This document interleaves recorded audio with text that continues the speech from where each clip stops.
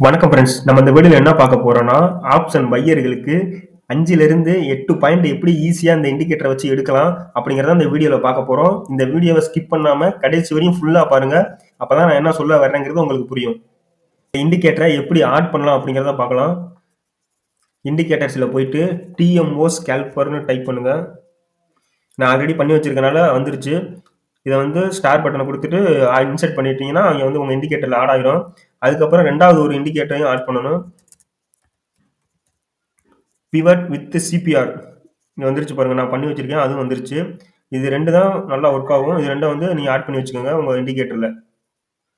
அதுக்கடுத்து பார்த்தீங்கன்னா இந்த இண்டிகேட்டரை ஆட் பண்ணிவிட்டு இந்த இண்டிகேட்டரை வந்து நீங்கள் எந்த எடிட்டுமே பண்ணக்கூடாது. இன்புட்ஸில் போயிட்டு எதுவுமே கொடுக்கக்கூடாது. டிஃபால்ட்டாக என்ன இருக்கோ அது மட்டும் தான் இருக்கணும். நீங்கள் எதுலையுமே கை வைக்கக்கூடாது. இந்த லேபிளை வேணாம்னா அதை மட்டும் நீங்கள் எடுத்து விட்ருங்க. மற்றபடி வந்து நீங்கள் எதையுமே வந்து கை வைக்காதீங்க.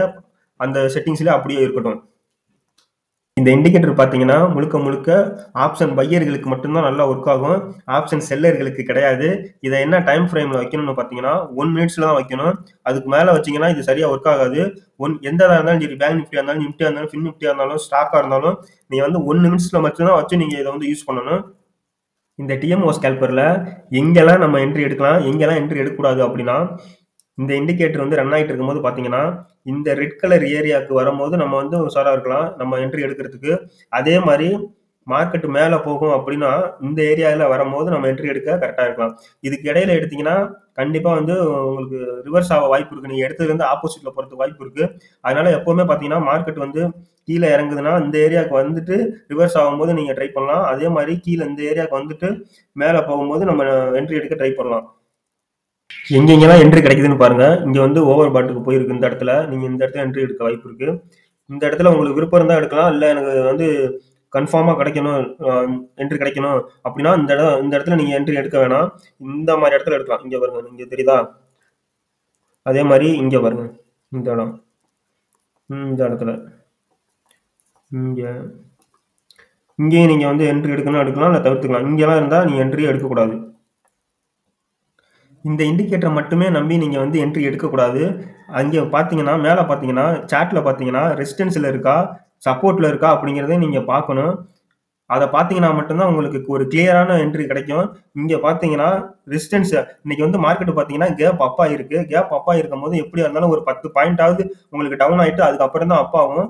அப்படிங்கும்போது நீங்கள் என்ன பண்ணணும், இங்கே வந்து பார்த்தீங்கன்னா உங்களுக்கு வந்து ரெட்டில் தான் இருக்குது, மேலே இருக்குது. அப்படிங்கும்போது நீங்கள் வந்து செல் சைடு புட் சைடு போகலாம். புட் சைடு போகும்போது பார்த்தீங்கன்னா உங்களுக்கு 10 பாயிண்ட் இந்த இடத்துல ஈஸியாக கிடைச்சிருக்கும். அதே மாதிரி இந்த ரெசிஸ்டன்ஸை கட் பண்ணணும் அப்படின்னு வந்து வெயிட் பண்ணிட்டு இருக்கக்கூடாது. டக்குன்னு அந்த 5 பாயிண்ட் 10 பாயிண்ட்ல டக்குன்னு வெளியே வந்துடணும். எடுத்து பார்த்தீங்கன்னா இந்த இடத்துல வந்து பார்த்தீங்கன்னா R1 வந்து கட் பண்ணாமல் வந்து ரிவர்ஸ் ஆகுது. ரிவர்ஸ் ஆகும்போது பார்த்தீங்கன்னா இந்த இடத்துல உங்களுக்கு வந்து சிக்னல் வந்து அப் சைடுக்கு சிக்னல் கிடைச்சிருச்சு. அப்படிங்கும்போது இந்த இடத்துல கூட நீங்கள் வந்து ட்ரேட் போக வாய்ப்பு இருக்கு. இந்த இடத்துல போனால் கூட ஒரு 5 பாயிண்ட் 10 பாயிண்ட்ல டக்குன்னு வெளியே வந்துடணும். ரொம்ப நேரம் மட்டும் எங்கேயுமே வந்து ஆப்ஷன் பையிங்கை பொறுத்தவரையும் வெயிட் பண்ணவே கூடாது. அதிகபட்சம் 5 நிமிஷம் தான்.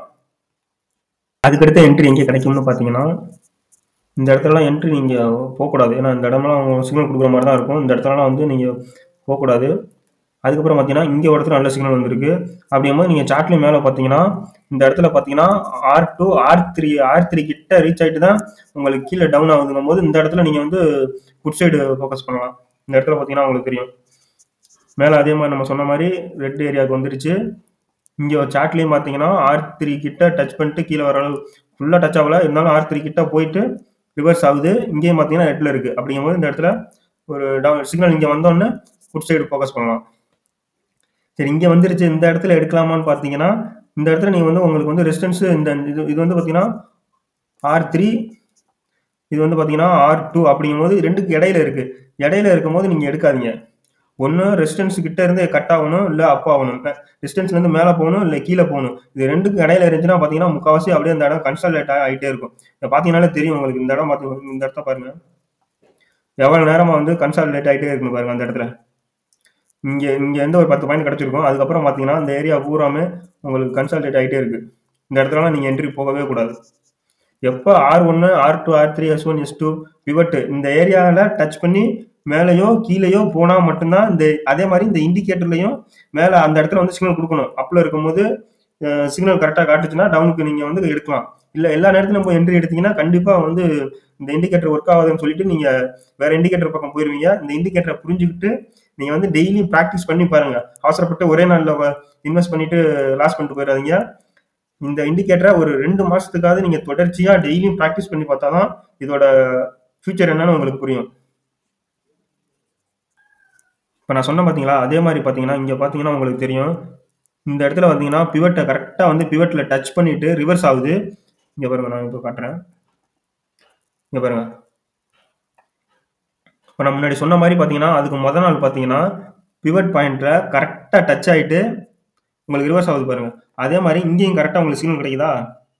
இந்த மாதிரி சிக்னலுக்கு தான் நீங்கள் வெயிட் பண்ணணும்.